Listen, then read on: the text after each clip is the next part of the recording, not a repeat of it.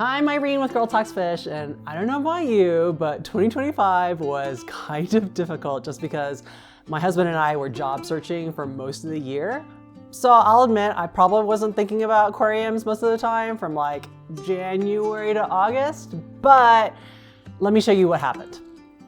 So the 15-gallon cube was like the first tank to go. I mean, it was supposed to be for the kids, but obviously I'm primarily responsible for it. So when life got stressful, most of the fish were pretty shy, as I talked about in this video.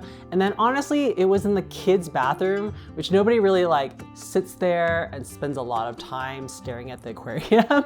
So I ended up taking that tank down.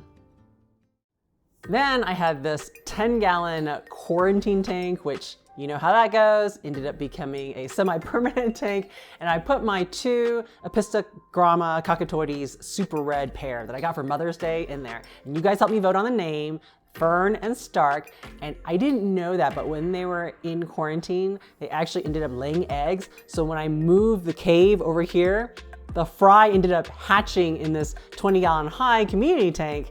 And unfortunately, I don't know if it was Pennywise, the clown pleco, or one of the other fish, but all the fry ended up getting eaten despite Fern and Stark's best efforts. So then I was like, okay, let me move them back to the 10-gallon kitchen tank and then they can breed again.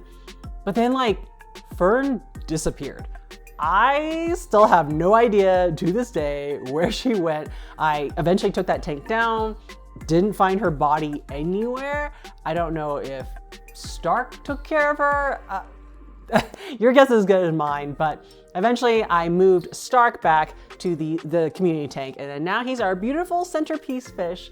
Sad to lose Fern, but he is very, very, very beautiful and a lot calmer now that he's not guarding those fry.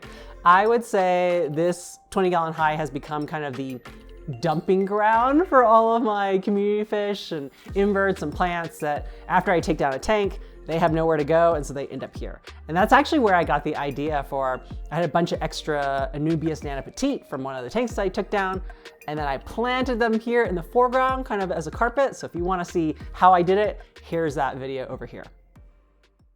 Now, I don't know if you remember my 20-gallon long Brackish aquarium, which was also super easy, low maintenance as well, because it was on the other side of my kitchen sink.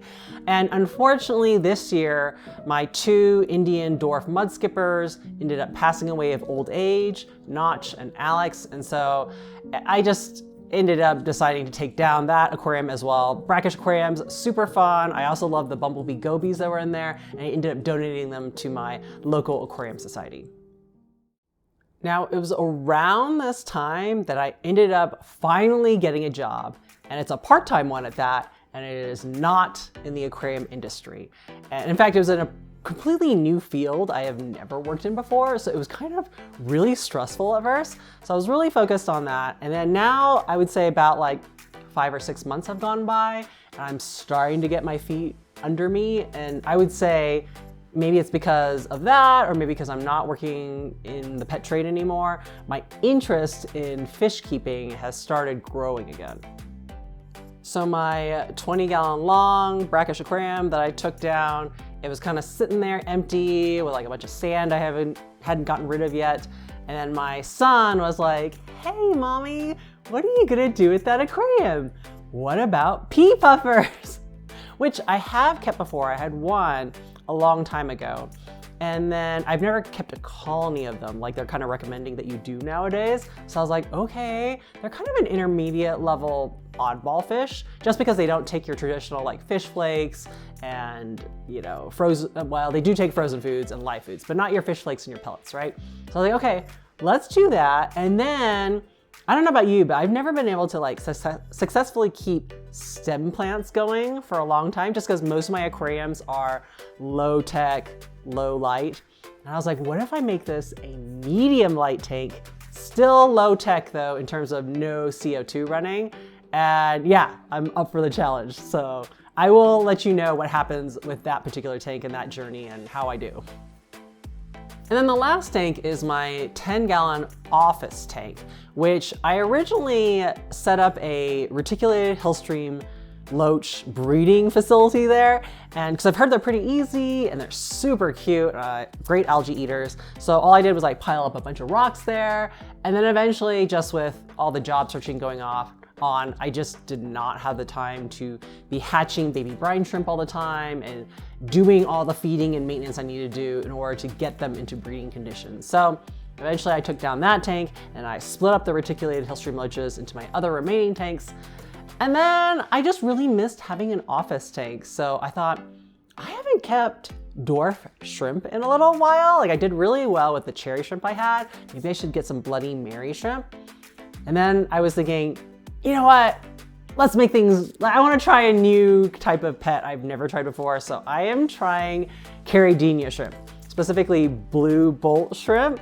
And they're super beautiful, but I'm gonna tell you the truth, it's not going great so far in terms of, I haven't seen a ton of deaths, but I haven't seen a lot of breeding action either. So I've got a few tricks still up my sleeve to try, because like the water parameters are all great, they're eating well, but I know there's a few tweaks I can still do to improve things. So I will keep you updated on that tank as well.